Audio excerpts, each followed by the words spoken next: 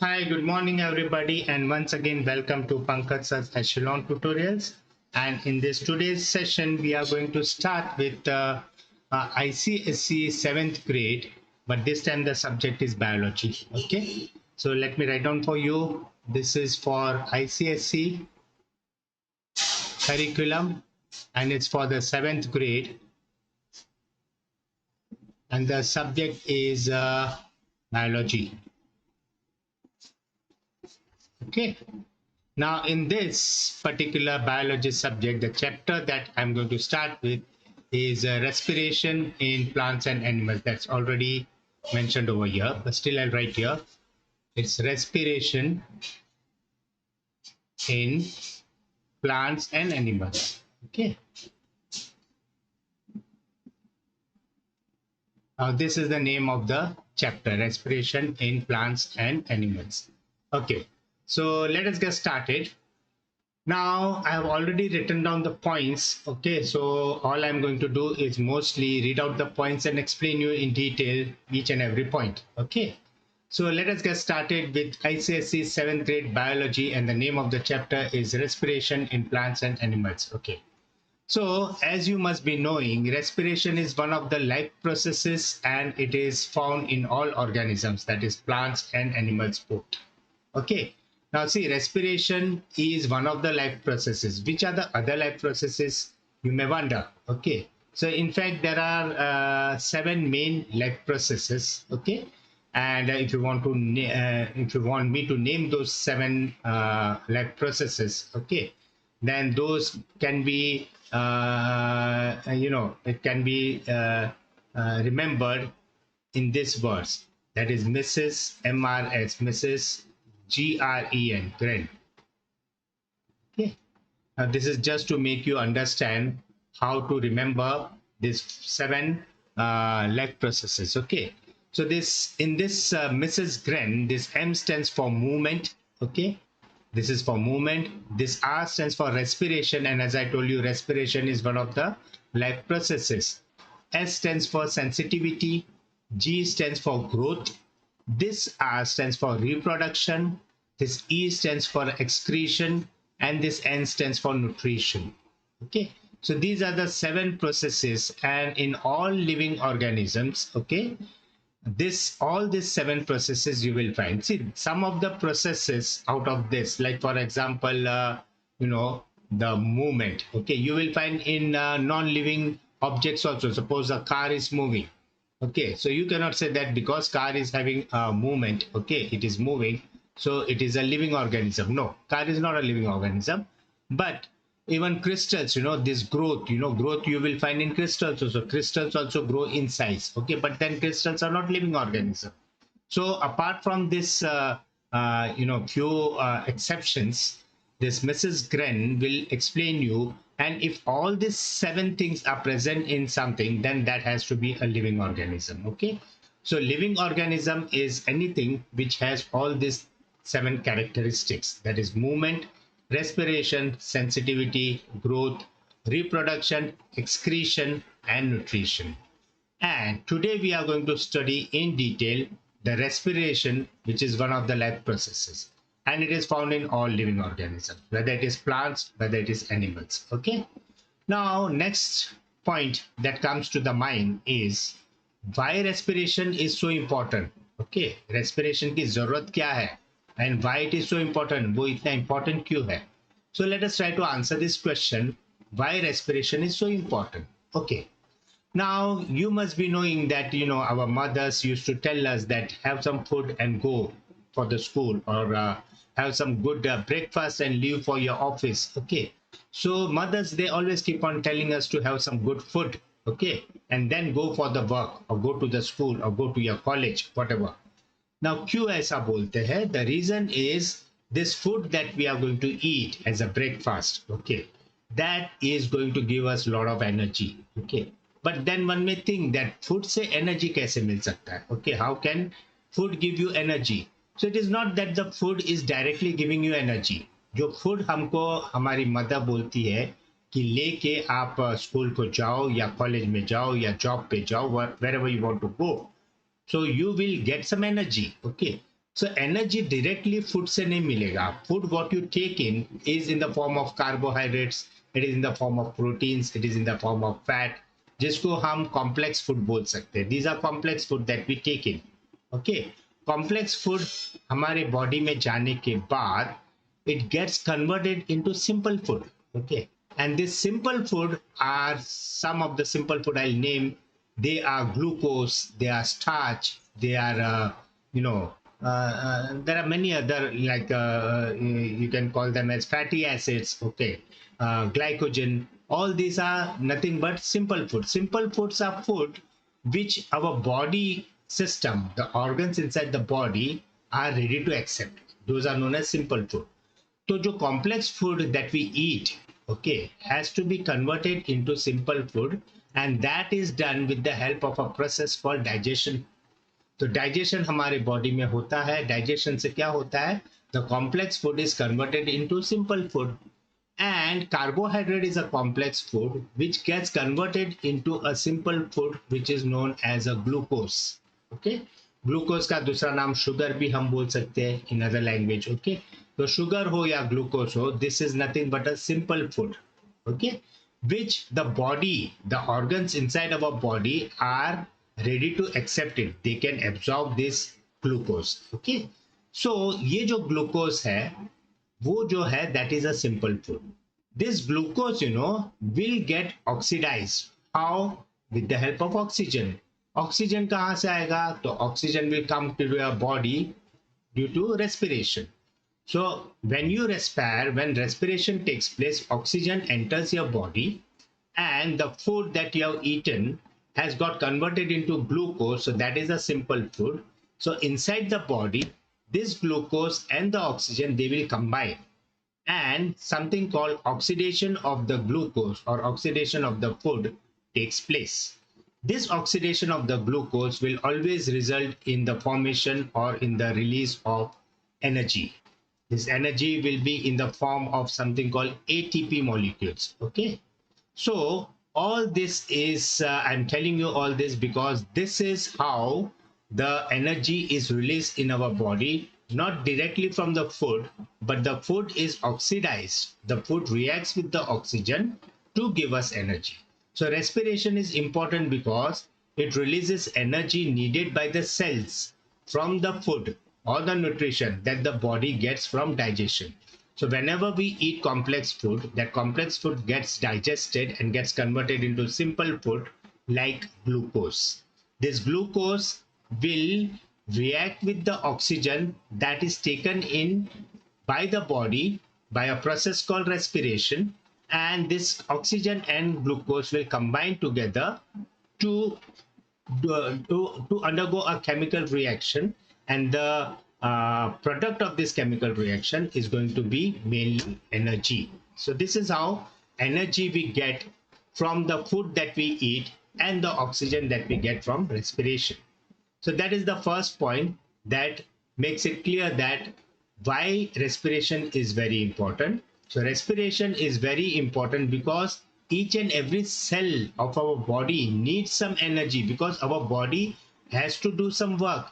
Our body has to perform various functions. Okay, so all these functions are going to be performed by the cells of the body, and the cells need energy for doing all these functions. Okay, so directly or indirectly, energy is needed by the cells of the body, and that energy is provided by the respiration. Okay, second point is this energy is used by the cells to perform various functions. Okay, now the energy is not just released in the cells or produced in the cells for storing. Okay, this energy will be used for various functions. Now cells are going to perform so many functions. Now if you move here and there, then your cells are performing the function of movement.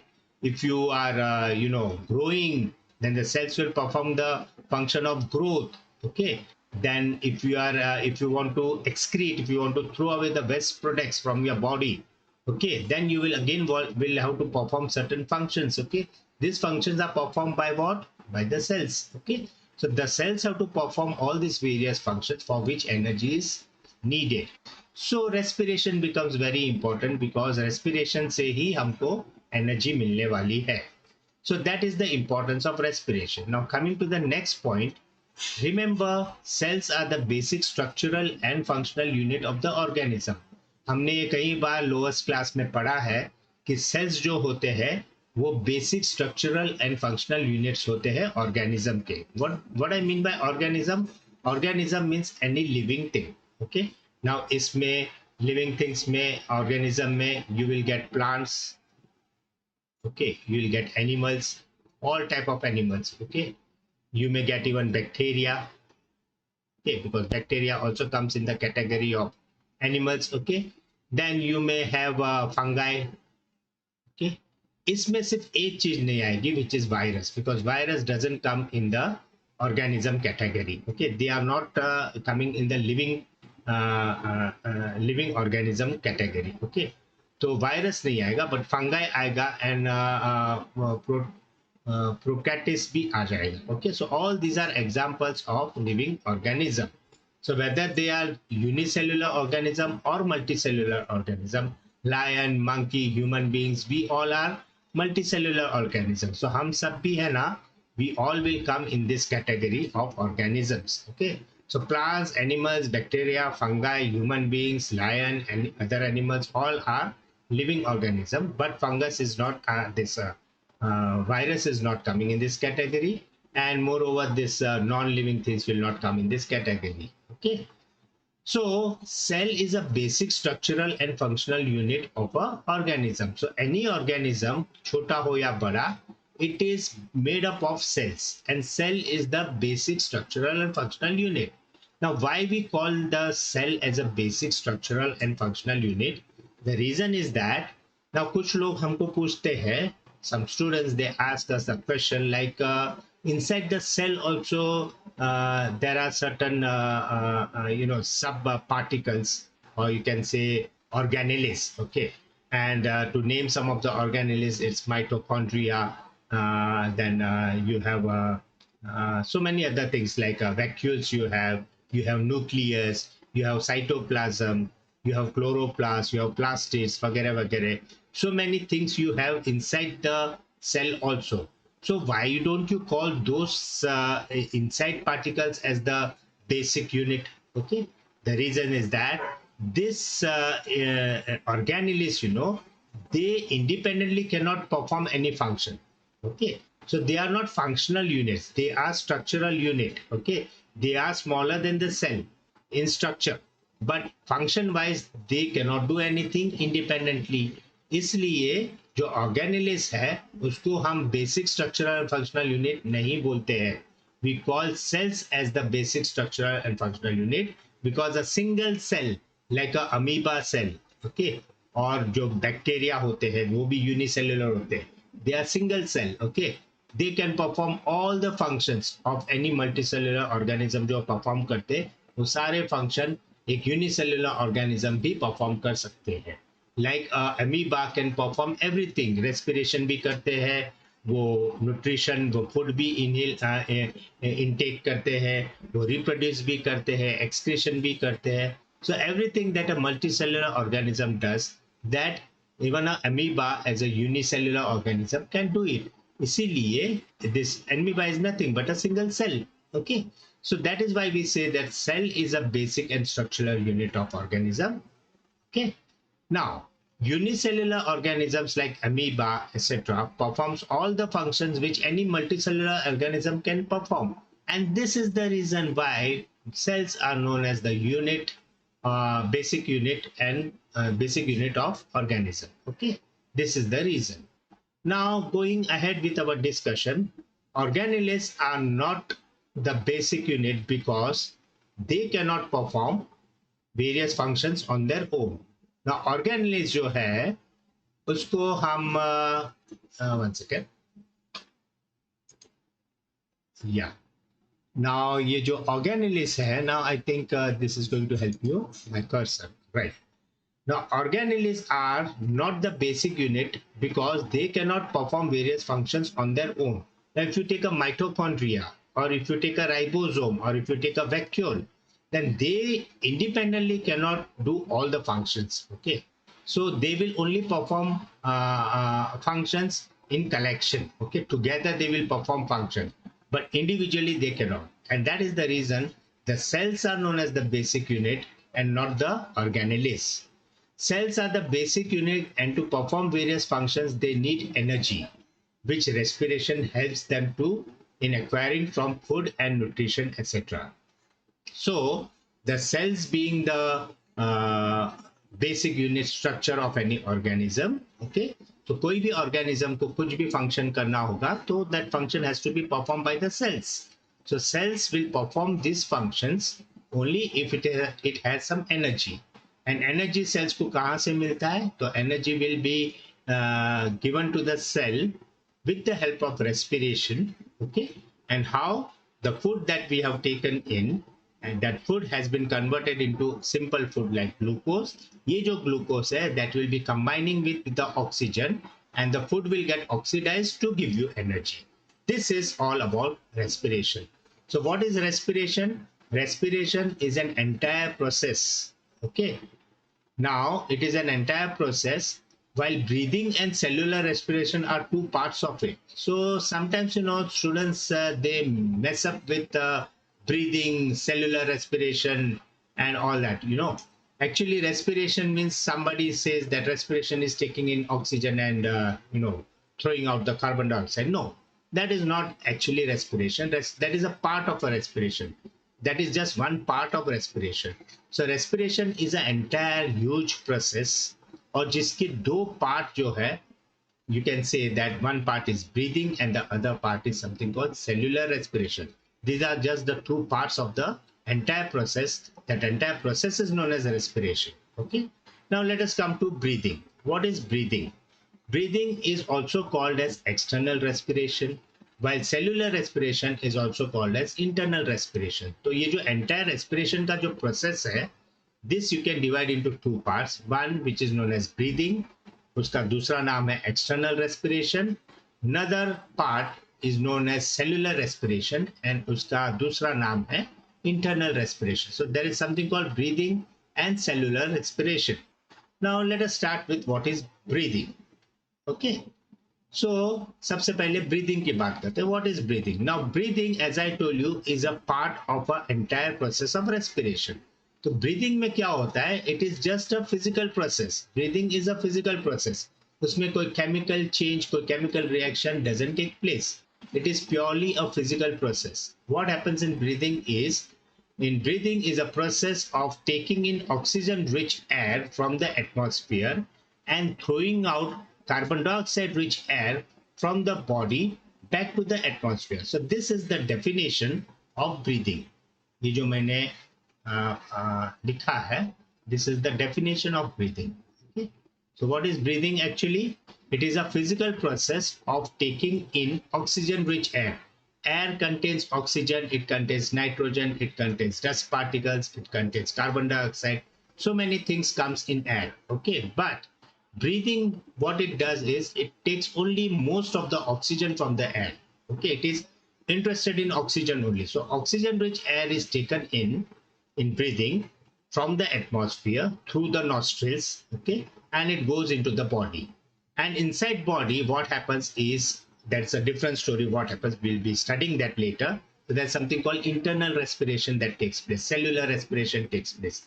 In cellular respiration, what happens is carbon dioxide is formed, okay, which is of no use. It's a waste product. So it has to be thrown out.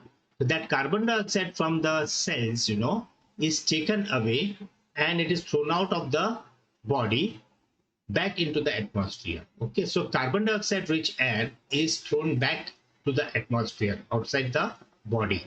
This process of taking in oxygen and throwing out carbon dioxide is known as a breathing process. Okay, so basically in breathing, what happens is you take in oxygen.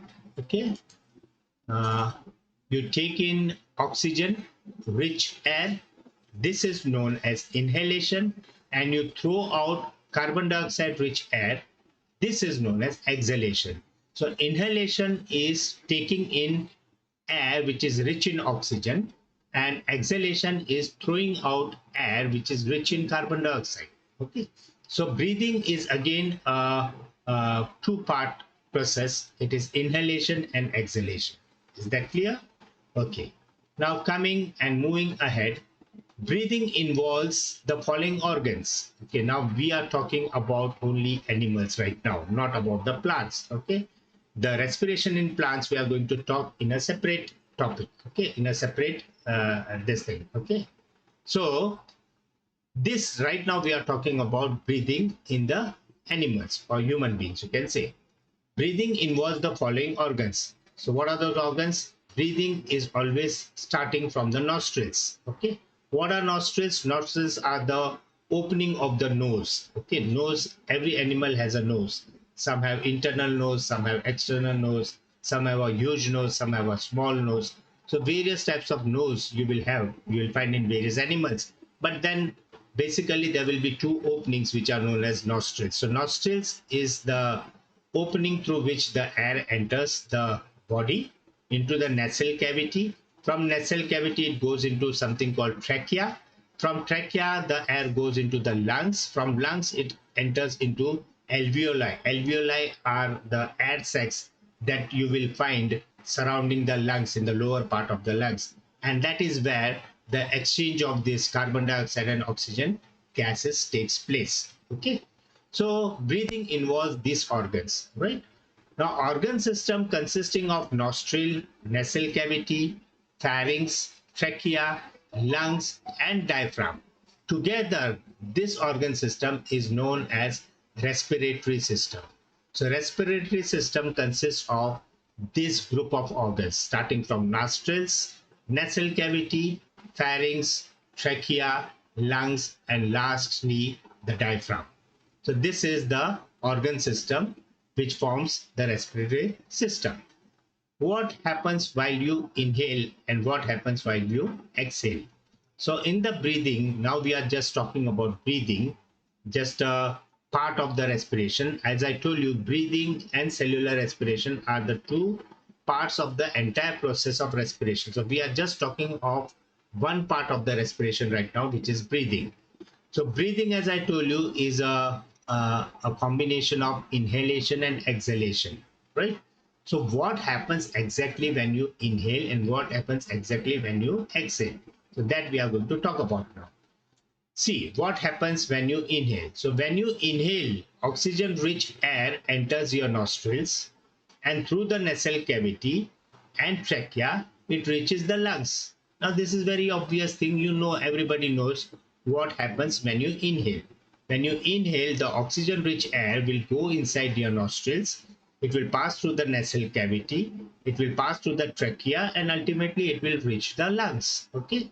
Now the muscles of the rib cage, now you know that the lungs, you know, and the heart and all those chest के जो organs होते हैं, chest is also known as thoracic cavity. Okay, so the thoracic cavity जो होती है, that is well protected with a rib cage. Rib cage is nothing but a bony structure which surrounds your chest cavity. Okay, and it protects all the important organs in the chest, like heart is in the chest, your lungs are in the chest. Okay, so all these important organs are protected with this rib cage. So this rib cage is a bony structure, and in between the bones of the ribs, you know, there are muscles. So these muscles, you know, when you inhale oxygen in your body, the muscles between the ribs, okay, they contract. And when the muscles between the ribs they contract, what happens is the ribs will move outward and upward. Okay, so this movement, that is outward and upward movement, this movement is very important. Okay, so what happens to the ribs is when you when you inhale, okay, when you inhale, the ribs will move outwards and upwards. This is very important. It will move outward and upward.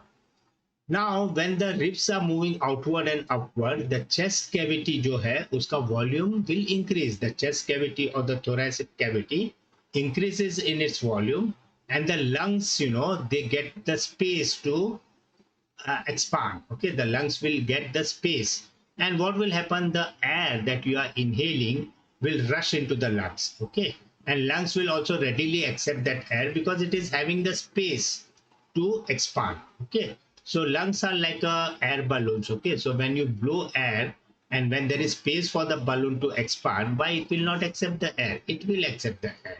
So that is how the lungs accepts the air, oxygen rich air, while inhaling.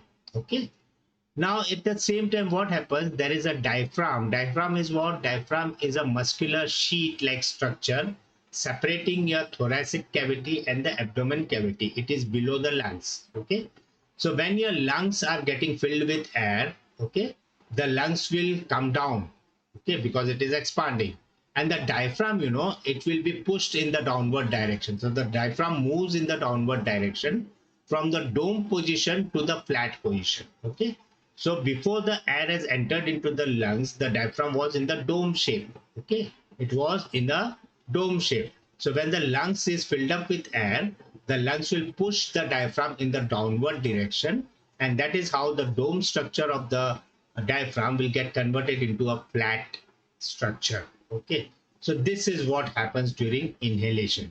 So जब हम air inhale करते हैं, these are the changes that takes place in the rib cage and in the diaphragm of the body. Now what happens when you exhale? जब exhale करते हैं, carbon dioxide rich air is thrown out of the body. Okay, so when you exhale, what happens is, when you exhale, so we are right now here, let me use the cursor now. Yeah, when you exhale, carbon dioxide rich air leaves your nostrils from the lungs. Okay, अब जब exhale करते हैं, what happens, the muscles of the rib cage they relax. जब inhale करते हैं, तब the muscles they contract, but now the muscles of the rib cage will relax, and when they relax, what happens, you know, the rib cage will move inward and downward. So now it is going to move inwards and downwards. Okay, and what is going to happen to the chest cavity? The chest cavity or the thoracic cavity is going to decrease in volume. उसका volume कम हो जाएगा. Okay, and because of this the lungs will be emptied of air. तो lungs जो है वो भी दब जाएंगे. Okay, and because of that the air inside the lungs will be thrown out. Okay, वो बाहर की तरफ फेंक देंगे air को. The diaphragm का क्या होगा? The diaphragm will move in the upward direction because now the lungs are also moving in the upward direction. वो खाली हो रहा है, उसमें से air बाहर जा रही है, तो lungs will collapse. So when the lungs are collapsing, the diaphragm will have an opportunity to move in the upward direction in the dome shape. तो flat position से dome shape में again it will get converted. What? The diaphragm. So this is what happens during exhalation. So inhalation के वक्त क्या होता है, exhalation के वक्त क्या होता है, that I have explained you nicely, cutely in these two paragraphs. Okay, so ये rib cage के साथ क्या होता है, diaphragm के साथ क्या होता है, that I have explained you so far. So that was about breathing. Now let us talk about what is cellular respiration. But ये जो cellular respiration है, this we will be talking about the cellular respiration in the second part of this video, because I don't want to bombard you with everything in one go. This is a subject which is you can say you have to go slow and steadily, and I think the cellular respiration I'll continue in the next video. Till then, goodbye, take care all of you, see you.